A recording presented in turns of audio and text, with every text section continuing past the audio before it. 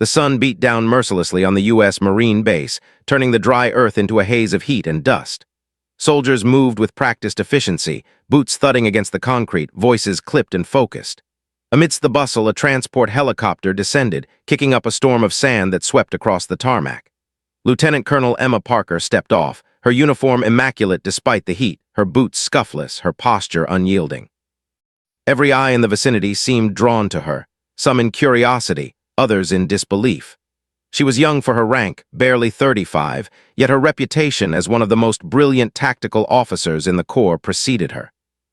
Commander Robert Hayes, a grizzled 30-year veteran, noticed her instantly.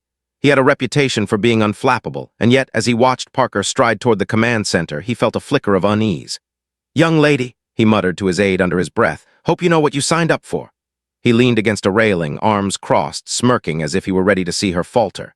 His smirk was a challenge, a silent declaration that he didn't take orders from someone half his age. Parker, however, did not break her stride. Her eyes scanned the base like a predator sizing up its environment, alert, calculating, precise. Every vehicle, every piece of equipment, every soldier's posture registered in her mind with meticulous detail. As Parker approached the main command center, whispers spread like wildfire through the ranks. Some Marines nudged one another, uncertain whether to be impressed or skeptical.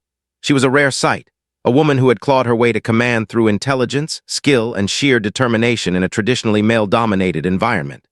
Parker's reputation had been whispered in corridors and mess halls for months before her arrival, tales of her strategic brilliance in classified missions overseas. Yet few had ever seen her in person. Today they would. Inside the command center, the atmosphere was tense. Hayes had already taken his seat behind the briefing table, exuding arrogance, his posture relaxed but imposing. He didn't even look up when Parker entered, as if daring her to challenge him. Parker, unfazed, strode to the center of the room and laid her duffel bag on the floor with a deliberate thump that drew every gaze. She spoke in a calm, measured tone that betrayed none of the heat coursing through the base. "Lieutenant Colonel Emma Parker," she said, her voice clear and confident. "I've been assigned to lead this unit effective immediately. I expect full cooperation. This mission is critical, and I will not tolerate failure." Hayes' smirk twitched slightly, but he continued to lean back, arms crossed. "We'll see if you can back that title up," he murmured to a nearby officer. The words were barely audible, but Parker's sharp ears caught them. She ignored the slight, her attention shifting to the maps and operational boards lining the walls. She began scanning them, noting anomalies, outdated intel, and inconsistencies in unit readiness. Every observation was a silent signal to the Marines present. She saw everything, and she was already analyzing. As Parker began walking among her new command, briefing herself on personnel, equipment, and ongoing operations, an aide rushed in, visibly flustered. "Sir," the aide addressed Hayes first, "there's news. The 4-star General Steele is en route for an unannounced inspection." The words hit the room like a shockwave. Hayes, who had been projecting confidence, froze, his smirk vanishing. Even he recognized the weight of a 4-star general's visit. It wasn't just protocol.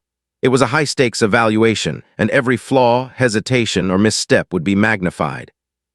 Parker turned toward the aide, her expression neutral but her eyes alight with a hint of intrigue. "When is he arriving?" she asked, voice calm yet authoritative. The aide replied with the expected uncertainty, and Parker nodded subtly. She didn't panic, she didn't flinch. Instead, her mind began racing through possible scenarios, inspection protocols, immediate readiness checks, communication breakdowns, and potential mission updates that might be presented. She had been here before, in high-pressure situations where every decision mattered, and she knew instinctively that this was another test, though it wasn't written in any manual. Meanwhile, Hayes shuffled papers nervously, a subtle tremor in his hands betraying his carefully cultivated composure. He had faced inspections before, but never one where a young female officer commanded the unit. His doubts about Parker began gnawing at him. She exuded calm and precision in every movement, every glance, every gesture, a stark contrast to his own rigid and reactionary approach. He tried to read her to find weakness, but there was none. She was prepared. The tension in the room was palpable as the Marines began performing last-minute checks under Parker's silent direction. Her presence alone seemed to organize the chaos. Her subtle commands communicated through gestures and the occasional clipped word.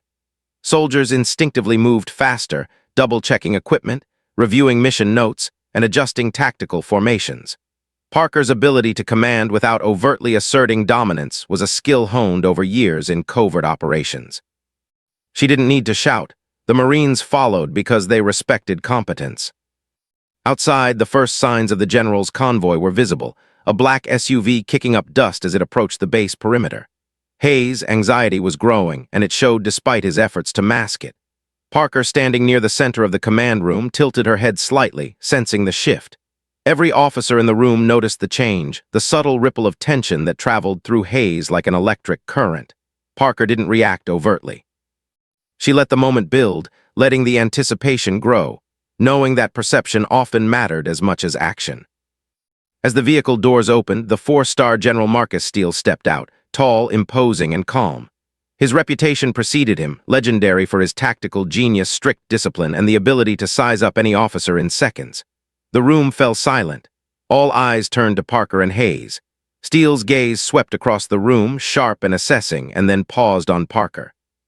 She met his eyes steadily, neither intimidated nor submissive, projecting the quiet authority that had earned her every accolade. Hayes felt his confidence evaporate under that gaze. His earlier smirk was gone. Now there was only tension, a flicker of fear, and the uncomfortable awareness that this inspection could expose his own limitations. Parker, however, stood unyielding, her calm composure a stark counterpoint to the storm of nerves around her. In that brief electric moment, the balance of power in the room shifted, and every Marine present understood something fundamental. The days of underestimating Emma Parker were over. The briefing room was silent, the only sound the faint hum of the air conditioning and the shuffled papers of nervous aides.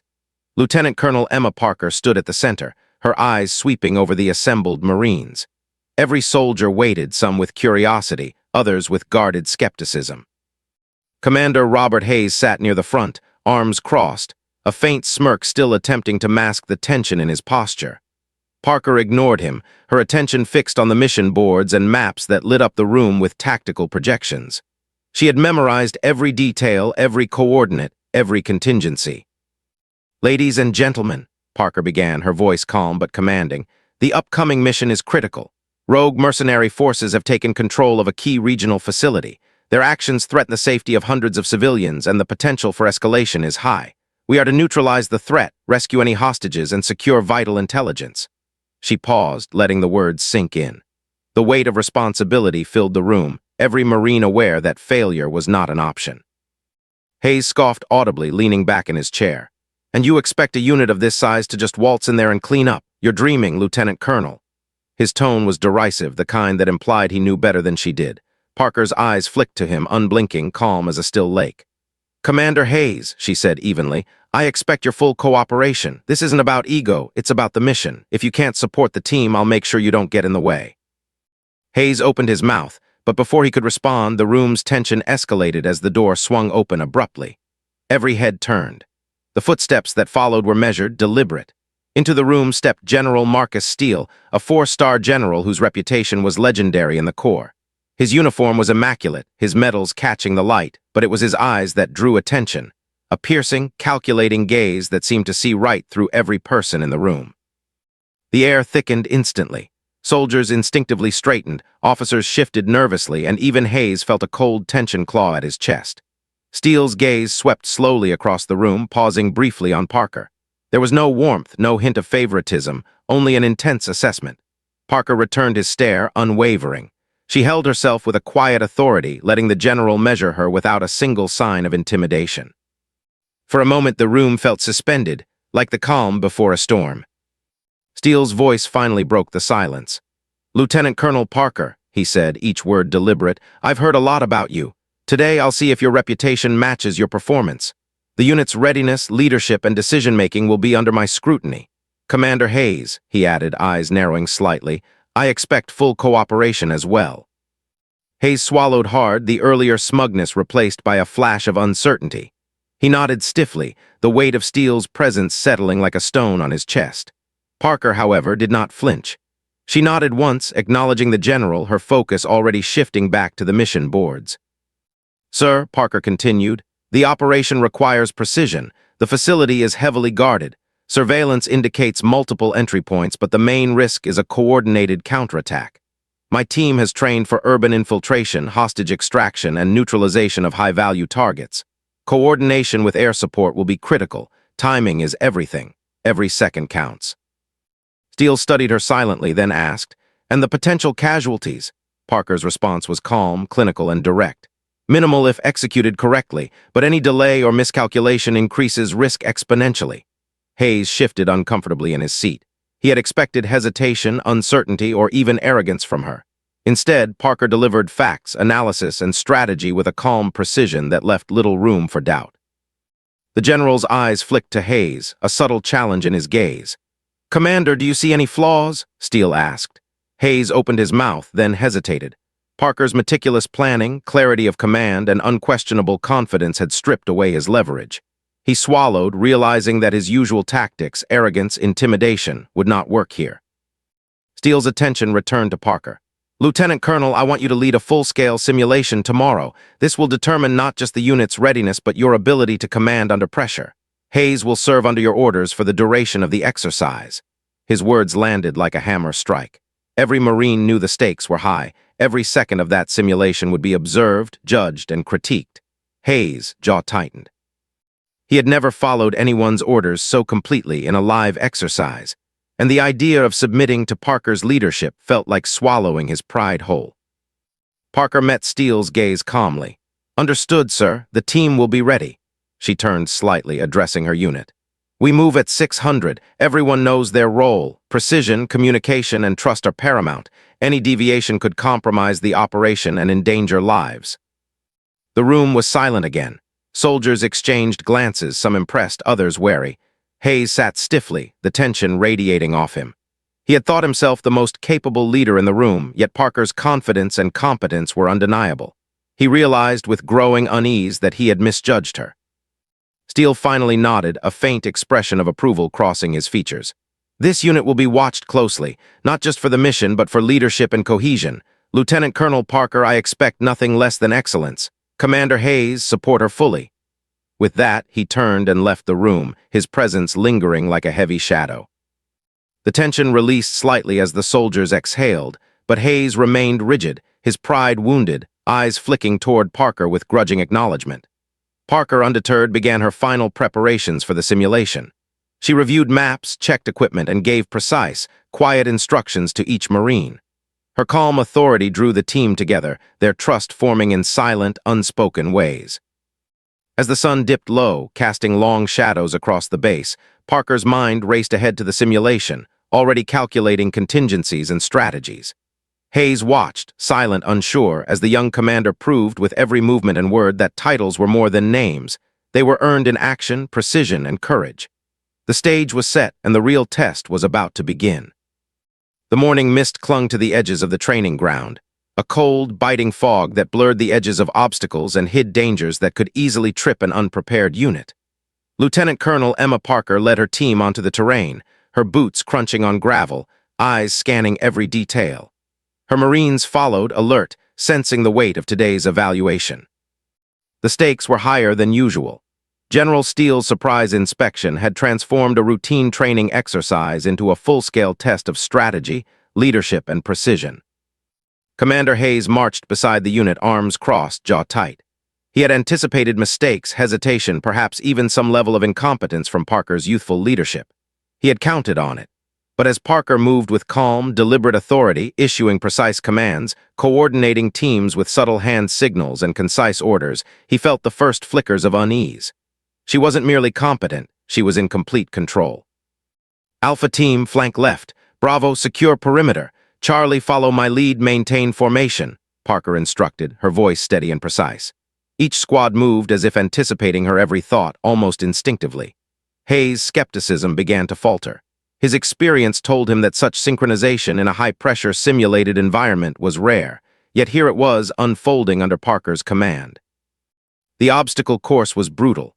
Concrete walls, climbing nets, uneven terrain, and simulated explosive hazards challenged the Marines at every turn. Parker navigated alongside them, her eyes constantly assessing, calculating, and adjusting. When one soldier faltered on a climbing net, she was immediately there, offering a hand and a quick word of encouragement, her calm authority restoring confidence. Hayes noticed this quietly. It was a leadership style unfamiliar to him, command through respect and competence rather than force. Steele observed from the sidelines, his gaze sharp, unyielding. His presence alone added pressure, and Parker did not waver. She timed every movement, directed air support simulations, and coordinated mock evacuations with precision that left even Steele's typically stoic expression betraying the faintest hint of approval. Hayes' irritation grew. Every flawless execution of Parker's orders chipped away at the smug superiority he had relied upon for years. "Bravo team, now engage the target sector while maintaining cover," Parker commanded, pointing toward the simulated enemy compound. Soldiers moved silently, using tactical formations, keeping low, communicating with hand signals. The exercise demanded split-second decisions, and Parker's calculations were flawless. The coordination required an almost telepathic understanding among the unit, a cohesion Parker had fostered in weeks of preparation. Hayes, struggling to keep pace mentally and physically, realized that his own arrogance had blinded him to her experience in covert operations. Halfway through the simulation, a sudden complication was introduced. Steele triggered an unexpected scenario. Explosions erupted from the simulated compound, and enemy units reinforced the perimeter. Marines ducked and scrambled to respond. Communication lines became chaotic, and hesitation could have been catastrophic. Parker's calm, almost serene demeanor stood in stark contrast to the chaos. She quickly reassessed positions, redirected teams, and issued precise tactical adjustments. Each Marine responded with unwavering trust, executing maneuvers as if guided by instinct. Hayes felt a knot in his stomach tighten. He had trained units for years, but he had never witnessed leadership like this. Parker's ability to remain composed under pressure, to inspire confidence while maintaining strict discipline, was extraordinary. Even in the face of simulated danger, she exuded control and calm, traits that seemed to radiate through every Marine under her command. As the scenario reached its climax, Parker directed a coordinated assault on the enemy compound. Air support, simulated by drones and smoke bombs, neutralized threats as she had calculated. Soldiers moved in tandem, covering each other's movements flawlessly. Hayes found himself reluctantly following orders, his pride in tatters but recognizing, finally, that Parker's strategy was unerring. Every maneuver, every decision, every instruction had been carefully preempted and executed to perfection. Steele finally spoke, his voice cutting through the haze of smoke and chaos. "Lieutenant Colonel Parker, your performance is exemplary." His approval was subtle but unmistakable. The room, or in this case the field, stood still for a heartbeat. Marines exhaled collectively, some in relief, others in awe. Hayes' face was unreadable, but inside a grudging respect was forming, tempered by disbelief that he had misjudged Parker so completely. The simulation ended with the unit in perfect formation at the extraction point. Parker surveyed her team, noting minor errors, but her focus quickly shifted back to strategy. "Debrief in 20 minutes. Review tactics, discuss errors, and prepare for the real-world application tomorrow," she instructed, already thinking ahead. The soldiers moved with efficiency, motivated not by fear, but by confidence in her leadership. Hayes lingered, finally stepping forward. I underestimated you, Lieutenant Colonel," he admitted quietly, his voice low, almost uncomfortable. Parker nodded once, acknowledging his words but offering no overt reaction. She had no time for accolades. The mission ahead required constant vigilance, precise planning, and flawless execution. As the sun climbed higher, burning off the mist and illuminating the training ground, Parker gathered her team for a final inspection. She reminded them of the stakes, of the unpredictability of real operations, and of the trust they must place in each other. Every Marine absorbed her words, aware that today had been a test, but tomorrow's real-world scenario would be far less forgiving. Steele watched from a distance, silent but observant. He had seen many officers claim leadership, few had earned it. Parker had. Her calm authority, tactical brilliance, and ability to inspire trust had proven that she was not just a young officer with a high rank, but a commander capable of handling life-and-death situations with precision and clarity. Hayes, watching the general's subtle approval, finally understood the depth of her capability and the error of his earlier arrogance. The day ended not with fanfare, but with anticipation. The soldiers knew they had survived the test, but the real challenge loomed, an actual mission, one that would push them beyond the controlled environment of the training ground. Parker's mind raced with strategies, contingencies, and coordination. Hayes, silent beside her, could only watch, realizing that the young commander he had mocked had already proven herself beyond doubt. The stage was set. Tomorrow, the real trial would begin. Night had fallen over the base, cloaking the compound in a heavy silence that felt almost unnatural. The training had ended hours earlier, leaving the Marines exhausted, their muscles sore, yet alert. Lieutenant Colonel Emma Parker was reviewing maps and intelligence reports in the dim glow of her operations center, eyes sharp and mind already calculating every possible scenario. She had expected the training to push her team to the limit, but what came next would push them further.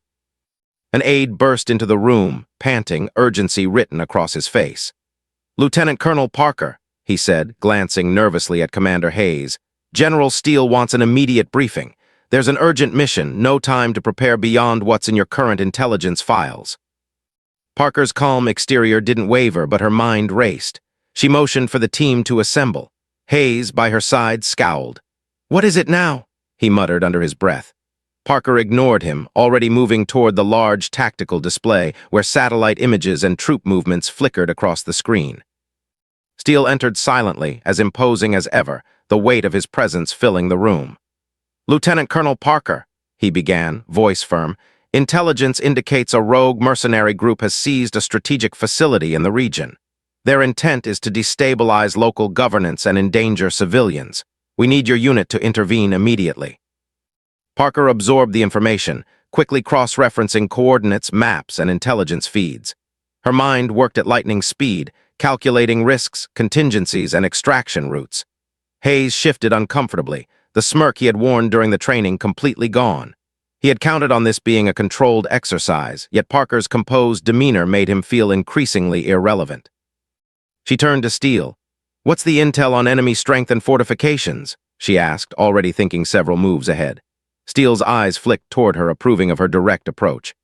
"They've fortified key sectors, deployed snipers, and set traps. They're also expecting an assault, so intelligence may be compromised. Precision and speed are critical. Casualties must be minimized and hostages secured." Parker's fingers traced routes across the map. She divided her team into specialized units, assigning roles with surgical precision. Alpha would lead the infiltration, Bravo would secure perimeters and cover extraction routes, and Charlie, her rapid response unit, would handle hostiles threatening hostages. Air support would be synchronized with precise timing, and communication protocols would remain strict. Hayes listened silently, unable to challenge her logic. Every decision was backed by experience and a meticulous grasp of tactical advantage. "Commander Hayes," Parker said, meeting his gaze, "you'll serve as second in command. I need complete trust and execution from you and your squad. Any hesitation could cost lives." Hayes stiffened. Pride warred with duty in his expression. He had never willingly followed another officer in real-world operations before, yet he recognized the stakes and Parker's competence. "Understood," he said finally, the words gritted but sincere. The room filled with the quiet hum of tension as Parker finalized details. She double-checked infiltration points, escape routes, and communication signals. Even minor variables, wind direction, terrain anomalies, and potential civilian presence were factored into her strategy. Her team watched silently, impressed and reassured by her control. Every glance, every movement reinforced the message. Parker was ready for anything. As she briefed the soldiers, she emphasized trust, coordination, and adaptability. "We do not improvise recklessly," she said. "We act with precision, stick to your roles, communicate clearly, and anticipate contingencies. Lives are counting on us." Her words carried the weight of both authority and reassurance. Soldiers nodded, their focus sharpened. Hayes, watching the young commander, felt a grudging respect solidify. This was no ordinary officer. Steele finally addressed the room. "Lieutenant Colonel, this operation leaves no margin for error. Enemy positions are heavily fortified, and we cannot risk intelligence leaks. The timing is tight. Prepare to deploy in under 2 hours. Success relies entirely on execution, leadership, and cohesion."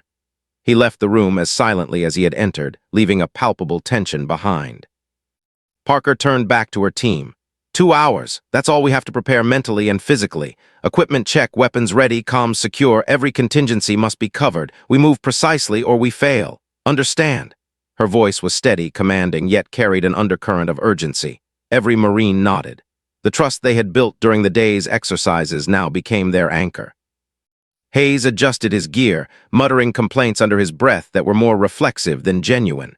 He had seen Parker operate with unwavering calm, tactical brilliance, and unshakable authority. Following her orders now was not a choice. It was the only path to survival and mission success.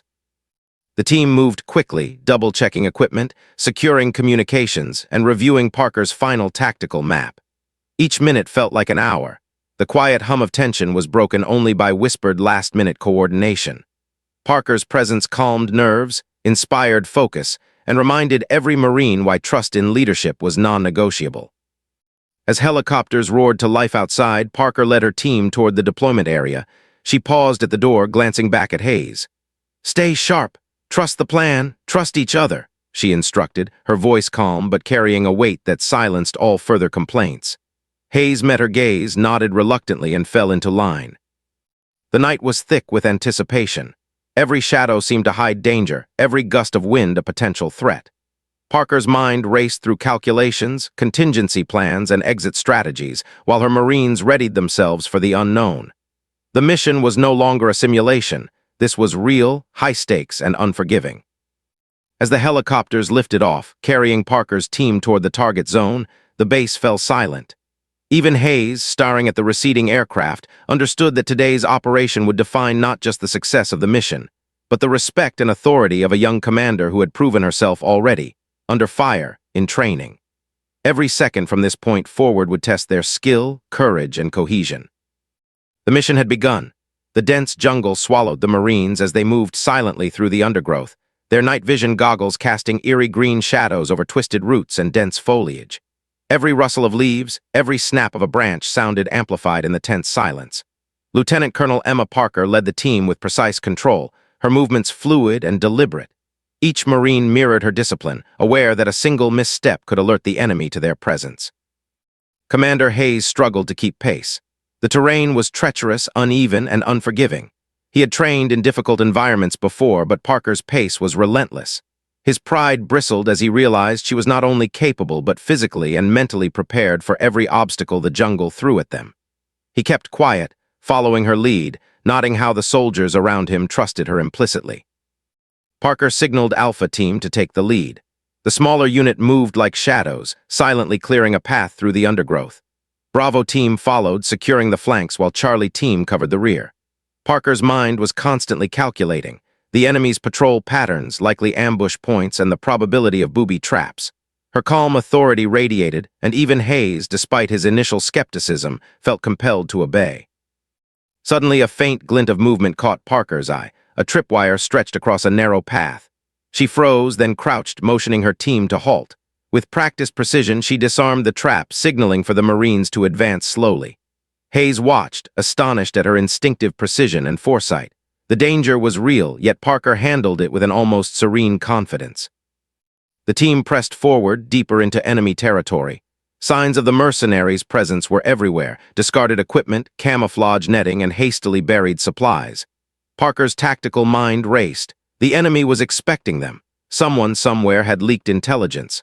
The thought of betrayal sharpened the tension in the team. A low explosion echoed through the trees. Parker instinctively dropped to the ground, signaling her Marines to take cover. Hayes tensed. "Ambush," he whispered. Parker shook her head subtly, scanning the surroundings. "No," she replied quietly. "Looks like a diversion. Stay sharp." Her voice was calm, but the undercurrent of urgency carried through. Every Marine instinctively followed her lead, maintaining formation and moving with caution. Hours into the operation, fatigue set in. The thick jungle sap and humid air clung to their uniforms and muscles ached. One soldier, young and jittery, stumbled over a root. Parker was immediately there, steadying him with a hand and a quiet word. "Control your breathing. Focus on your steps. We're almost there." Her calmness reassured him, and he nodded, regaining composure. Hayes noticed this, a grudging respect forming in his eyes. Leadership, he realized, was more than giving orders. It was inspiring confidence in others. Then came the first true crisis. A distant explosion rocked the jungle, shaking the underbrush and scattering debris. Charlie Team's comms crackled urgently. One of their members was missing. Parker froze only for a heartbeat, then made her decision. "Alpha, continue forward. Bravo, cover the rear. Charlie, I'm coming for you. Stay alert." Hayes wanted to argue, to insist on sticking to the original plan, but Parker's decisive authority left no room for debate. He followed, albeit reluctantly. The missing soldier had been caught in a concealed pit trap, barely alive. Parker's team worked with coordinated efficiency to extract him, minimizing movement to avoid detection. Hayes watched, silently acknowledging her ability to make life-or-death decisions instantly and to inspire trust and precision under extreme pressure. The rescue was tense but executed flawlessly, a testament to Parker's leadership. As they pressed on, the first signs of the mercenary compound appeared. Faint lights through the foliage, the metallic glint of equipment, and the distant murmur of voices. Parker signaled for a halt, crouching behind dense undergrowth to observe.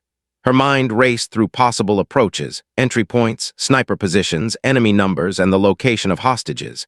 Every scenario had to be considered, every risk calculated.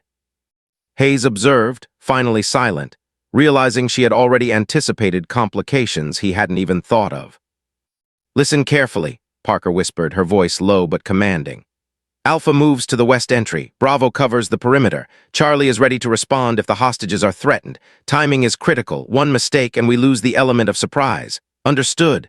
Each Marine nodded, eyes focused. Hayes' pride bristled at the reminder of his subordinate role, but he obeyed, recognizing the truth in her command. Then came a chilling discovery, signs that the enemy expected them. Patrol routes were slightly altered, tripwires repositioned, and subtle footprints indicated surveillance of their previous movements. Parker's brow furrowed slightly, but her composure never wavered. "They know we're coming," she muttered under her breath, "which means we need precision, speed, and coordination more than ever." The team tightened formation, trust in their commander binding them together as they advanced toward the enemy compound, each step heavier with anticipation. A sudden crack of gunfire shattered the stillness. Parker instantly took control. "Engage only when necessary, keep formation, move." The Marines responded with professional precision, suppressing enemy scouts while keeping their position concealed.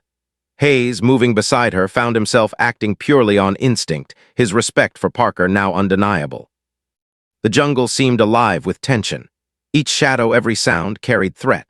Parker led the unit with unwavering focus, aware that the real challenge, the compound itself, hostages, and hostile forces, awaited just ahead. The team moved like a single organism, guided by her calm authority, precision, and foresight.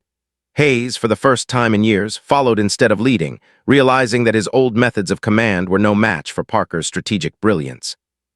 The night pressed on, thick with danger and uncertainty.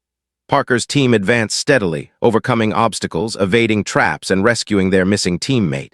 The mission was far from over, but one thing was clear. Behind enemy lines, Emma Parker's leadership was absolute, her tactical mind flawless, and her team's trust in her unwavering. The compound awaited. The mercenary compound loomed like a fortress, its walls masked by shadows and dense foliage. Lieutenant Colonel Emma Parker crouched behind a low wall, surveying the perimeter with her night vision goggles. The faint hum of generators, the glint of metal under moonlight, and distant voices confirmed what she already knew. The enemy was alert and prepared. One wrong move could trigger chaos, but Parker's mind raced through every possible scenario, calculating angles of approach, sniper positions, and escape routes. Commander Hayes followed tensely behind her, still struggling to reconcile his pride with the reality of Parker's leadership. He had trained units for decades, but never had he witnessed command executed with such precision under pressure. Every signal Parker gave, hand gestures, subtle nods, and whispered instructions, was instantly understood and acted upon. The unit moved like a single organism, seamless in coordination, silent in execution. Parker signaled Alpha Team to advance to the west entrance. They moved low and fast, avoiding the faint pools of light that illuminated the compound's perimeter. Bravo Team fanned out to cover possible escape routes, ensuring that no enemy could flank them unnoticed. Charlie Team remained in reserve, ready to respond to any unexpected threats or hostage situations. Hayes observed, initially skeptical, but quickly realized that Parker's calm authority was the glue keeping the team together. A sudden flash of movement caught Parker's eye, a mercenary scout patrolling the perimeter. She froze for a split second, then silently signaled Alpha Team to take cover. Using hand signals, she directed 2 Marines to neutralize the threat silently. The operation was flawless. No alarm was raised, no shot fired beyond the suppressed weapons. Hayes' jaw tightened. He had doubted her abilities, but in this moment her tactical brilliance was undeniable. The team approached the compound's main gate. Parker analyzed the layout, 2 guards patrolling, tripwires subtly placed, and the faint outlines of high-value targets inside. "Bravo, secure the perimeter. Alpha, follow me through the east entry. Charlie, be ready for rapid response," she whispered. Every Marine nodded, movements precise, synchronized, silent. The tension in the jungle was palpable, the air seemed to thrum with anticipation. Inside the compound, the environment was chaotic. Generators hummed, alarms were rigged, and the hostages were confined in a central room. Parker led Alpha Team silently, neutralizing guards with practiced efficiency. Hayes watched, first with disbelief, then grudging respect, as Parker's calm, calculated leadership guided every movement. Each decision was deliberate, each action measured.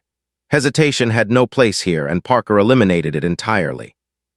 A sudden shout rang out from a distant corridor. An enemy had spotted a movement. Parker froze for only a heartbeat, then made a split-second decision. Charlie, engage. Alpha, secure the hostages. Bravo, hold the perimeter.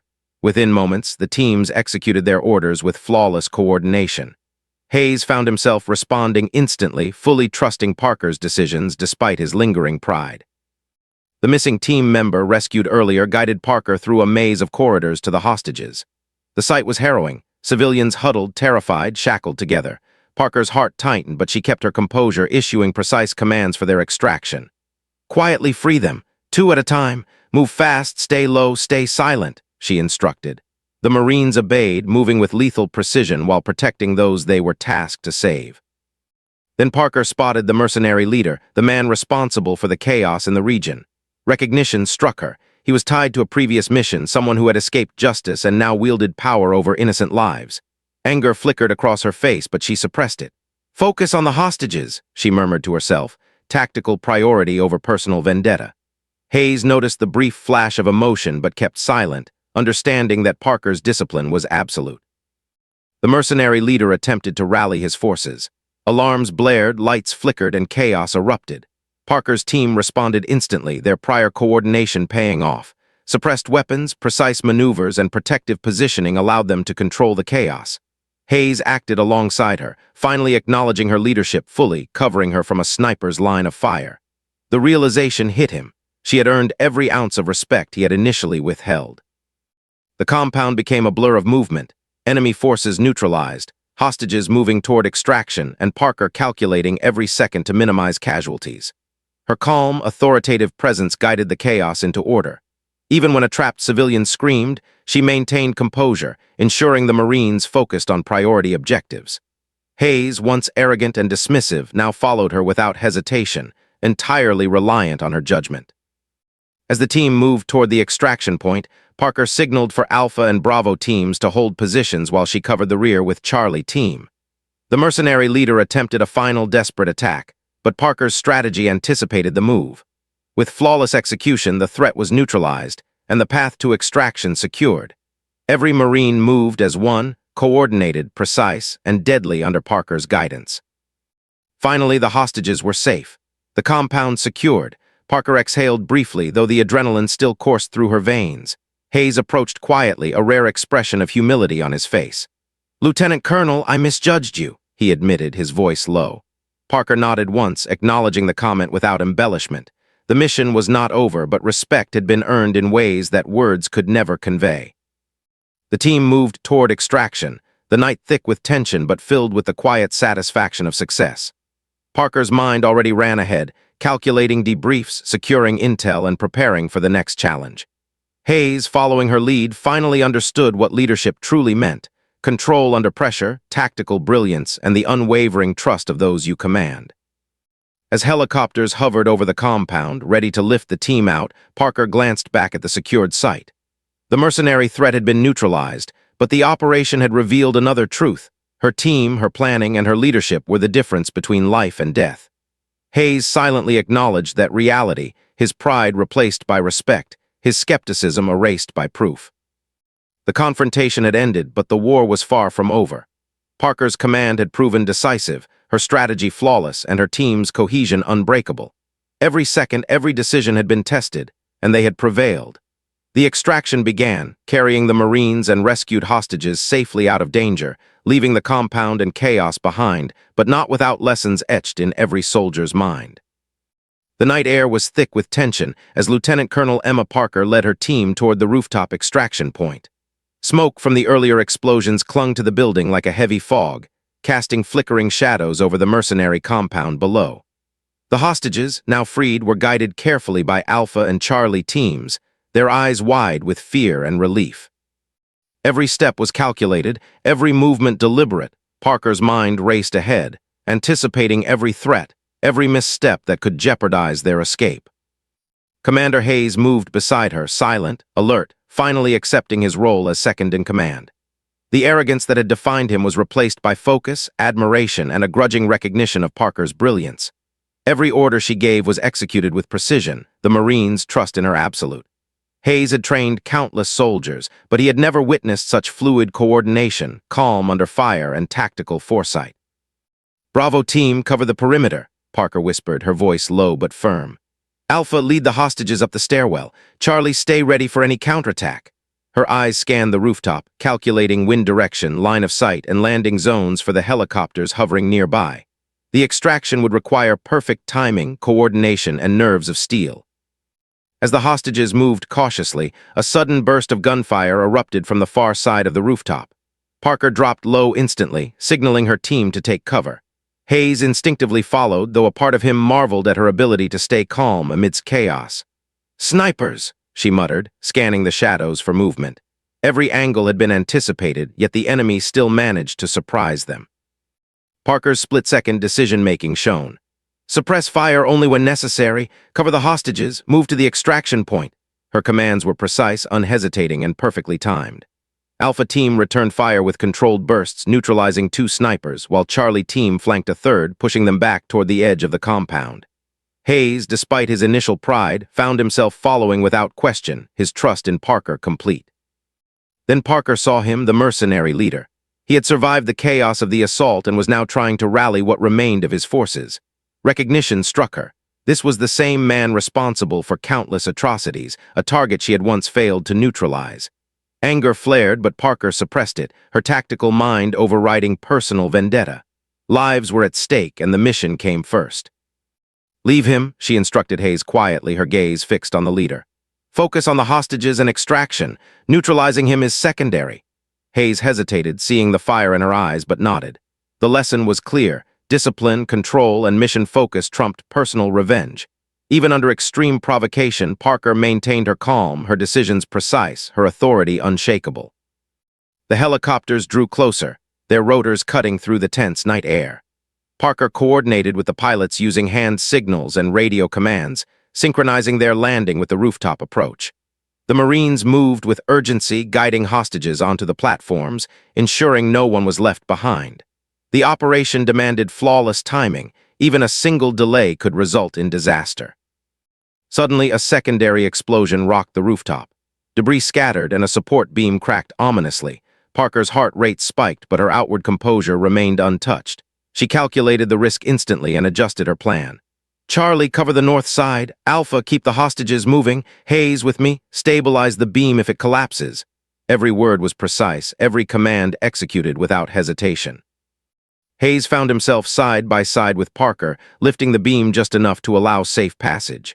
He finally understood what leadership truly meant, staying calm when everything else was falling apart, making life-or-death decisions instantly, and inspiring absolute confidence in those around you.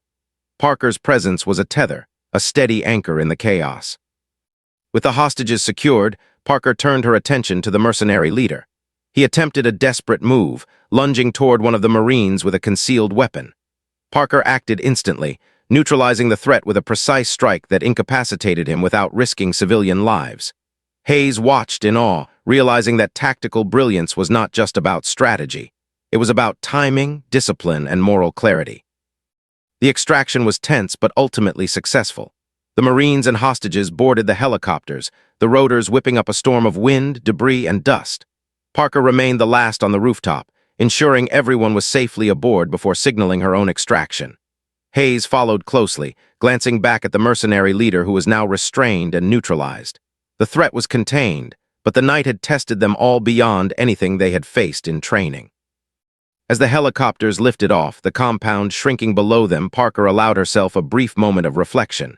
The mission had been executed flawlessly, her team had performed under extreme pressure, and the hostages were safe. Hayes, seated beside her in the chopper, finally spoke, his voice quiet but sincere.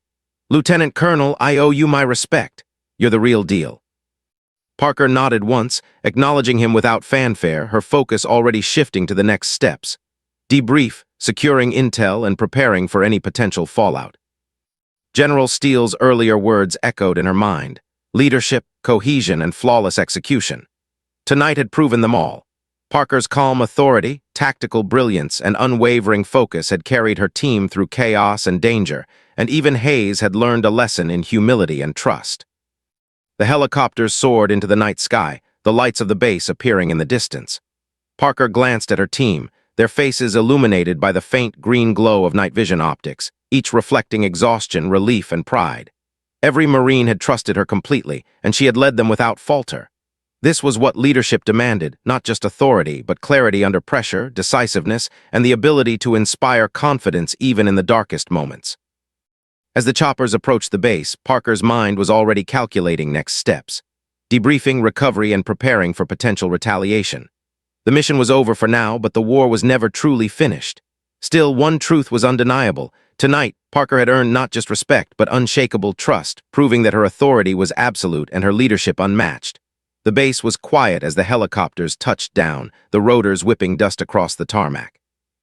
Lieutenant Colonel Emma Parker led her team off the aircraft, moving with the same calm, disciplined authority she had shown throughout the mission. The hostages were escorted to safety, their terrified expressions now replaced with cautious relief. Soldiers around Parker exchanged tired but proud glances, their confidence in her leadership absolute. Even Commander Hayes, usually loud and opinionated, followed silently, the weight of humility settling over him like a heavy cloak. Inside the operations center, the team began the debriefing. Parker's notes were meticulous: enemy positions, weapon types, timing of engagement, and movement patterns. Every detail was accounted for, every contingency reviewed. Hayes watched her in quiet awe, realizing that her planning, execution, and adaptability were beyond what he had expected from anyone, let alone a 35-year-old lieutenant colonel. General Marcus Steele entered, his presence filling the room immediately. His gaze swept over the team before landing on Parker. "Lieutenant Colonel Parker," he began, his voice firm but measured, "I've observed countless operations, and rarely have I seen such flawless execution under pressure. Your tactical brilliance, leadership, and composure have saved lives and neutralized a significant threat tonight." Parker inclined her head, acknowledging his words with quiet confidence. "Thank you, sir. The team performed exceptionally. Every Marine executed their role perfectly, following the plan and maintaining discipline under fire." Her voice conveyed respect and recognition for her team, not just herself, demonstrating leadership that inspired loyalty and trust. Steele's eyes flicked to Hayes, whose face was unreadable. "Commander Hayes, you witnessed firsthand the effectiveness of Lieutenant Colonel Parker's command. What are your thoughts?" Hayes swallowed, finally letting his pride yield to honesty. "Sir, I misjudged her completely. She's exceptional. I've never seen command exercised with such clarity, precision, and calm under pressure." His voice carried both humility and newfound respect. Parker, standing at the front of the room, nodded once at Hayes. No words were needed. The acknowledgement was mutual. She had earned not only the general's approval, but also the begrudging respect of a veteran officer who had doubted her from the start.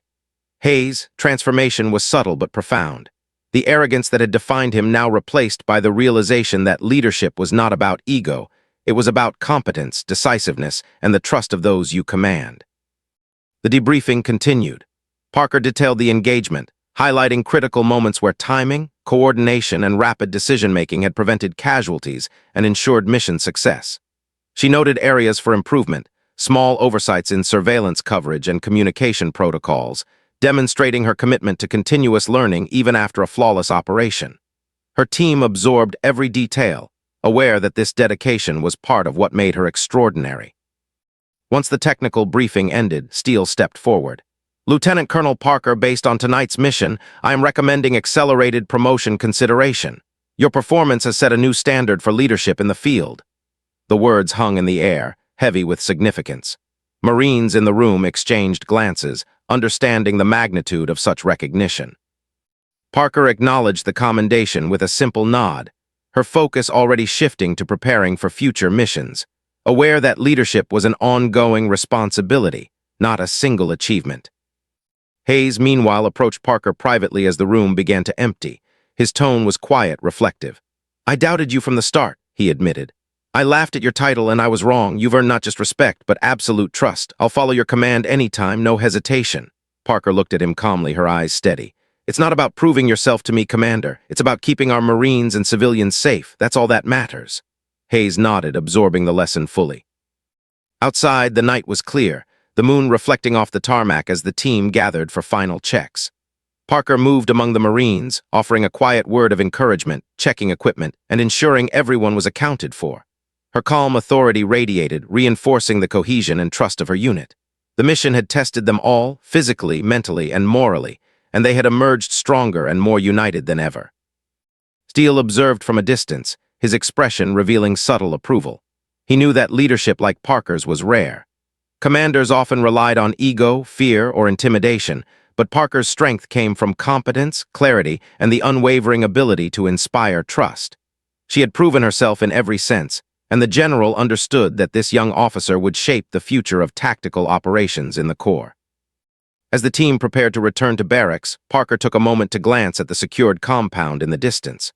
The rogue mercenaries were neutralized, the hostages safe, and the operation completed without unnecessary loss of life. But she knew that vigilance was never-ending.